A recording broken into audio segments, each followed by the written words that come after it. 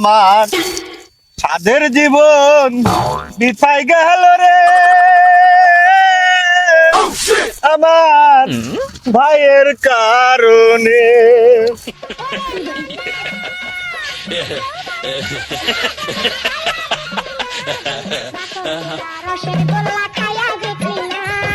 আমার কাছে আইলে রে তোর ঠগা হবে না, এখন তোলা রসের গোল্লা খায়া আমার কাছে আইলে রে তোর ঠগা হবে না। এক আসেন তুই তোলে আমি একটু আসতেছি। তুই কোনে যাচ্ছিস? তুই তোল আমি আসতেছি, অত কথা কইস কে?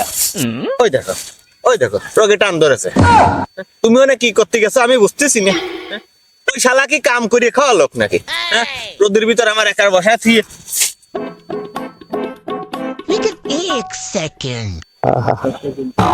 কি ভালো যে লাগতেছে। কেমন আছো সোনা? আমি ভালো আছি, তুমি ভালো আছো তো? রোদের ভিতর কাজ করা যে কত কষ্ট আসছে, কাশেমে যে আইলা আইলা চলতেছে। আমি তুমি ফোন দিয়েছো আমার একটু ভালো আছে, তোমার সাথে কথা করতে পারতেছি, সেমাই এসে একটু বসতে পারতেছি। ও তো আবার হটবরাটি, ও খালি চেঁচামেচি করে, ওর সাথে কি কাম করা যায় না? আমার ভাই নাহলে আমার মারিয়ে কোনা ফিসিয়ে ফেলা দিতাম।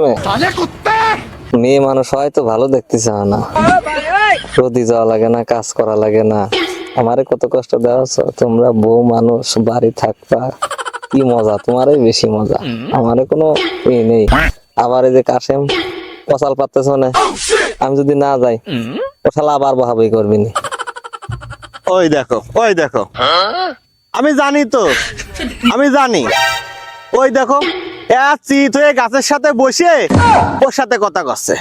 ওই রকম জিনিস তো আর কারোর বাড়ি নেই। আমি যে এদিক রোদের ভিতর খাটতে বললাম, ওর কি সেই দিক কোনো খেয়াল আছে? হ্যাঁ, ও কি আমার ভাই? ওর কি এই ভাই পরিচয় দেওয়া উচিত? দেখো আরামসে গাছের সাথে হেলান দেও নি, ওর সাথে কথা কর। আমি কি ঠেকা বাদিস? আমি কি এই সংসারে 3-4 জন মিলে খাই? হ্যাঁ, আমি একা খাই, এখানে গেলি পরে আমার ভাত দিতে যায়। এই ভালোর কাম আমি করবো না। নাই রাখো রাখো, ও কাশেমে যে রাখবাক করে মনে হয় বাড়ি চলে যাচ্ছে, আমি সেমাই আছি। ওর কথা কোয়া যায় না, বাড়ি যে জ্ঞান জাম বাধা নিতে পারে। আমি রাখলাম না।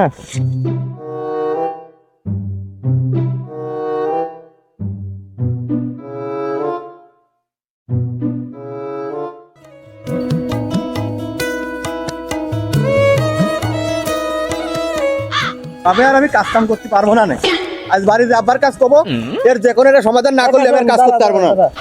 কোন যাচ্ছি রাখবাক করে কোনতে আসলি? ওই যে আমার বড় সম্বন্ধী বড় শালা সারা জীবন খালি আমার দিয়ে খাটাই। ও নিধি আইসে কাজ করতে গেলি আইসে ছায়ায় বসে থাকবি, হিসাব চাপেছে, বাড়ি আসবি, বউ দেখবি। আমি কি এই লাদাই নাকি ওই সংসারে? আমার একা একা খাটতে হবে। কাশেম তুই তো রাগারাগি করতেছিস, সব কাজ রাগ দিয়ে হয় না, একটু মনোযোগ সহকারে শোনে। আমি কয়টা কথা কই, তোর সে আমি 2 বছর কে ছোট, তারপরেও আমি বিয়ে করেছি। তোর কপালে বউ নেই, তোর ওই বড় ভাই আর তোর বাপ জীবনেও তোর বিয়ে দিবি না নে। সব সম্পত্তি তোর ওই বাপ আর ওই ভাই গ্রাস করার জন্য তোর বিয়ে দিচ্ছে না। এ হচ্ছে তোর বড় ভাই চাইল, বুঝেছিস? ও তো রাগারাগি করার দরকার নেই। দেখে ফুসলো এটা বিয়ে থা করতে পারিস নাকি? তা না হলে তোর কপালে তো আর কোনো সুখও নেই। এই জমি জমা যত কিছু আছে সব তোর ওই বড় ভাই সলপালের নামে হয়ে যায়। তুই ঠিকই কইছিস, তোর কথাই সত্যি। তা না হলে তোর বয়স আমার তো মিনিমাম 2-3 বছর কম। তুই বিয়ে শাদী করিয়ে আগামী বছর তো সলপাল হয়ে যাবি আল্লাহ দিলে। আর আমার বিয়ে দেওয়ার কোনো খোঁজ খবর একদিন আছে নাকি? কোনো সময় আমার বাপও কয় না, আমার বড় ভাইও কয় না। তোর কথাই সত্যি, আমার এই যত সয় সম্পত্তি আছে, আমার এই বড় ভাই আর আমার ভাবি আমার বাপ এই 3 জন যুক্তি করে মারিয়ে দেওয়ার ধান্দা করতেছে। ওইসব আমি মানবো না নে, করছে কালো মানবো না নে। আজকে আমি যাই আমার সব সম্পত্তি দরকার হলে মারামারি করি হলো আমি ভাগ করে নেবো না। তারপরে যে বিয়ে না দিলে আমি কারণ নিয়ে পলা চলিয়ে যাবো না। কি হোক যাই হোক, এটা বউ হলেই হলো, আসে ঘর সংসার করে খাবো।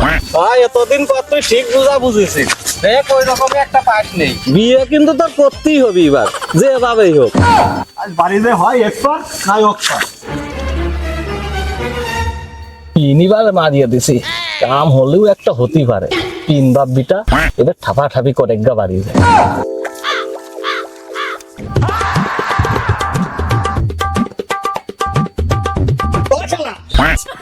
জমিদার বংশের রাজপুত্র ওটা ঘরেতে ভালো হয়ে আমার চোখের সামনে আসো, সামনে কথা হবি, ফেস টু ফেস কথা হবি, সামনে আসো হে, তোমার সাথে আজকে আমার ফাইনাল খেলা, সামনে আসো। এ কোনে কি হলো রে?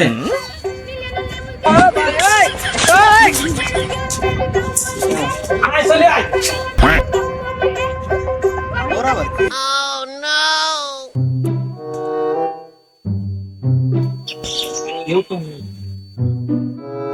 দেখাছে মেয়ে তাড়াতাড়ি আয়, এদিকে আয়, কোনে কি আছে?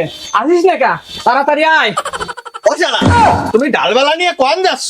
আজকে তো মোকাবেলা তোমার সাথে আমার, সামনাসামনি মোকাবেলা। এবার তো কারো দেখিনি, তুই কি আমার করছিস না? আয় দে, আয়।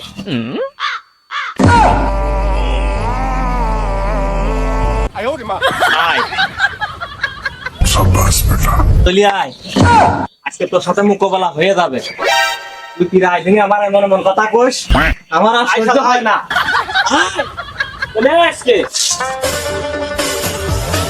একটা পিঁপড়ে মারার বলে নি সব।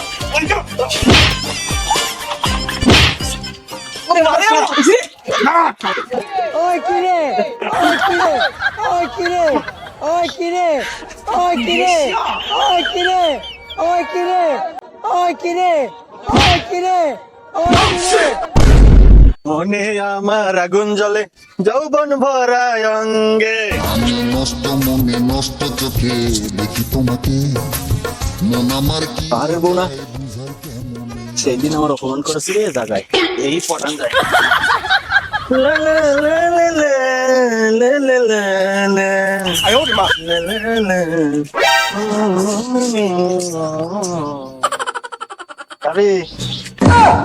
কেমন আছে? নিশ্চয় সেটাই। ভালো থাকে আর খারাপ থাকে না, তোমার কি? আমার খোঁজ নিয়ে মানুষ আছে, তুমি তো যাও। না ভাবি, বিয়ে হচ্ছে বল তো ভাবি গো একটু খোঁজ খবর নেয়, তারপরেও আমি কিন্তু এখনো বিয়ে শাদী করি নাই। আমি পারি না আর পারি না। নিশ্চয় সেদিন সলাইতে মুখ বেঁচেতে গেলাম, লস যায় নেই। দাঁড়াও, আমি যে আমার স্বামীর কাজ করছি। কি করলাম আর কি হইলো? ও ভাবি এই কথা আর কারোর কাছ কইয়েন না, আমার একটা মান ইজ্জত আছে, মান ইজ্জত চলে যাবে না, এই কথা আর কারোর কাছ কইয়েন না। দূর হ।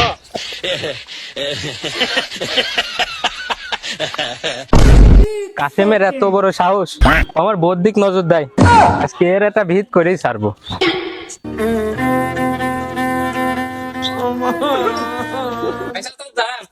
আপনার বাড়ি যাচ্ছি, আপনার সবচেয়ে কাছেম কনে?